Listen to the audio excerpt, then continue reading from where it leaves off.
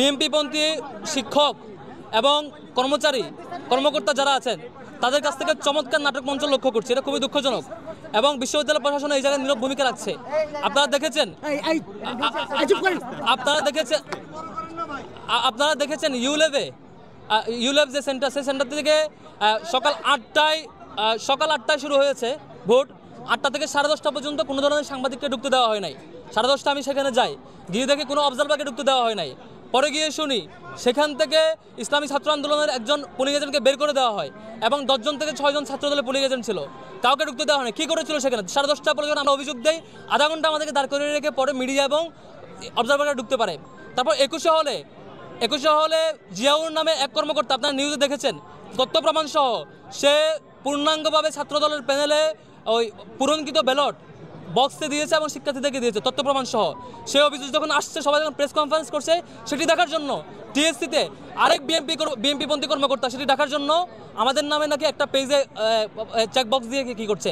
আমি এখন তার বহিষ্কার এবং গ্রেফতার দাবি করছি।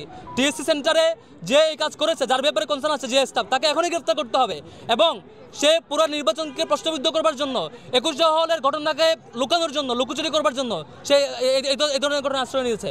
21 হলে যে কর্মকর্তা বিএনপির ছাত্রদলের পূর্ণাঙ্গ প্যানেলের চেকলিস্ট দেওয়া বা ভোট দেওয়া ব্যালট বক্সে ঢুকিয়েছেন বলে অভিযোগ এবং নিউজ আসছে এবং তথ্য প্রমাণ আসছে, তাকে যেমন গ্রেফতার করতে হবে, আবার সেই ঘটনাকে ধামাচাপা দেওয়ার জন্য, ডিজাস্টার কন্ট্রোল করার জন্য এখানে তাদের পরিকল্পনা অনুযায়ী আরেক নাটক সাজানো হয়েছে যে একটা সিঙ্গেল পেজে, তারা পারলে আরও কয়েকটা পেজে করতো এই নাটক ঢাকা দেওয়ার জন্য, হয়তো কোলায় উঠতে পারে নাই। যে করেছে তাকে এখনই গ্রেফতার করতে হবে এবং পানিশমেন্টের আওতায় নিয়ে আসতে হবে। কার এজেন্ডা বাস্তবায়ন করছে, তাদের সাথে কী ধরনের লবিং খুঁজে বের করতে হবে, এটা আমাদের দাবি। আর হচ্ছে প্রত্যেকটা জায়গায়, প্রত্যেকটা সেন্টার, যেমন আমি যেসব সেন্টারে গিয়েছি বলা হয়েছে প্রার্থীরা ভিতরে ঢুকতে পারবে না, কিন্তু ছাত্রদলে বিপি প্রার্থী আবিদ, তিনি দেখেছি ঢাকা ইউনিভার্সিটি ক্লাবের সেন্টারে ভিতরে ঘুরে দেখেছেন, টিএসসিতে বারবার ঢুকেছেন, প্রত্যেকটা সেন্টার বারবার ঢুকছেন। মানে এটা নীতিমালাকে শুধু তাদের, মানে আমাদের জন্য আমরা ঢুকতে পারবো না, তাদেরকে গেলে ঢুকতে পারবে। এটা খুবই দুঃখজনক। ইউনিভার্সিটি ক্লাবে বারবার ঘুরে দেখছে তিনি হচ্ছে সেন্টারের ভিতরে ঢুকছেন, এটা খুবই দুঃখজনক। এভাবে প্রত্যেকটা নীতিমালা তারা ভায়োলেট করছে। সেই ভায়োলেট করা নিয়মকে ঢাকার জন্য, যখন ডিজাস্টার হয় সেটা ঢাকার জন্য আবার তাদের পন্থী কোনো কর্মকর্তা এবং শিক্ষক দিয়ে আরেক নাটক মঞ্চস্থ করছে। শিক্ষার্থীদের সাথে একটা বিট্রায়াল।